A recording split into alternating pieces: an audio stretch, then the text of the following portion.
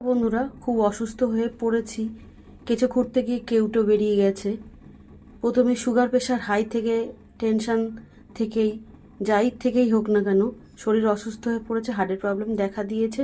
তো শরীরকে ঠিক রাখতে হলে এরকম ঝোল খেতে হবে, তেল ঝাল মশলা ছাড়া। মানে যতদিন আমি বাঁচবো সেইটাই। চিকেন খাই আর মাছ খাই, বড় জিনিস খাওয়া তো বারণ। তাই দেখো বন্ধুরা, জিরে ফোড়ন, তেজপাতা ফোড়ন, আর সবজিগুলো দিয়েছি বিনস, গাজর, মটরশুঁটি, আলু। আলু খাওয়া তো বারণ, কিন্তু সংসারে তো সবাই তো সব কিছু দিয়ে খাওয়াটা সম্ভব না।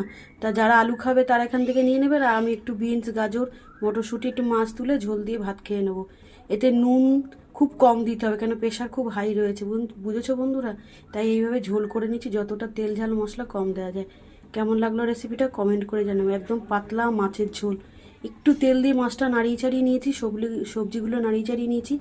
একটু টমেটো কুচি, ধনেপাতা কুচি, একটু পেঁয়াজ কুচি আর দুটো কাঁচা লঙ্কা দিয়ে মাছের ঝোল করেছি। একটু আদা, একটু রসুন বেটে সেইটা দিয়ে নাড়িয়ে চাড়িয়ে গরম জল অ্যাড করে দিয়েছি, ফুটিয়ে নামিয়ে নেবো, নাহলে মাছের একটা আঁশটা গন্ধ আছে, খাওয়া যাবে না। ঠিক আছে বন্ধুরা, তোমরাও এইভাবে খেও।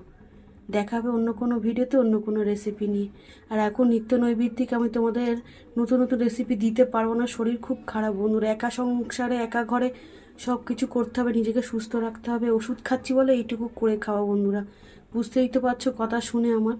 ঠিক আছে, এইভাবে খেও। আর মশলা বলতে রসুন পেঁয়াজ দিলে কোনো অসুবিধা নেই, কিন্তু তেল রগরগে, তারপরে লঙ্কার গুঁড়ো, ধনের গুঁড়ো, জিরের গুঁড়ো যতটা কম ব্যবহার করবে ততটাই ভালো। রাখি ভিডিওটা, লাইক কমেন্ট করো, পাশে থেকো, ভালোবাসা দিও। তোমরা ভালোবাসাটা আমাদের একান্তই কাম্য। যদি আবার নতুন করে বেঁচে উঠতে পারি তোমাদের ভালোবাসাতে। রাখছি ভিডিওটা। রেসিপিটা কেমন লাগলো কমেন্ট করে জানাবে।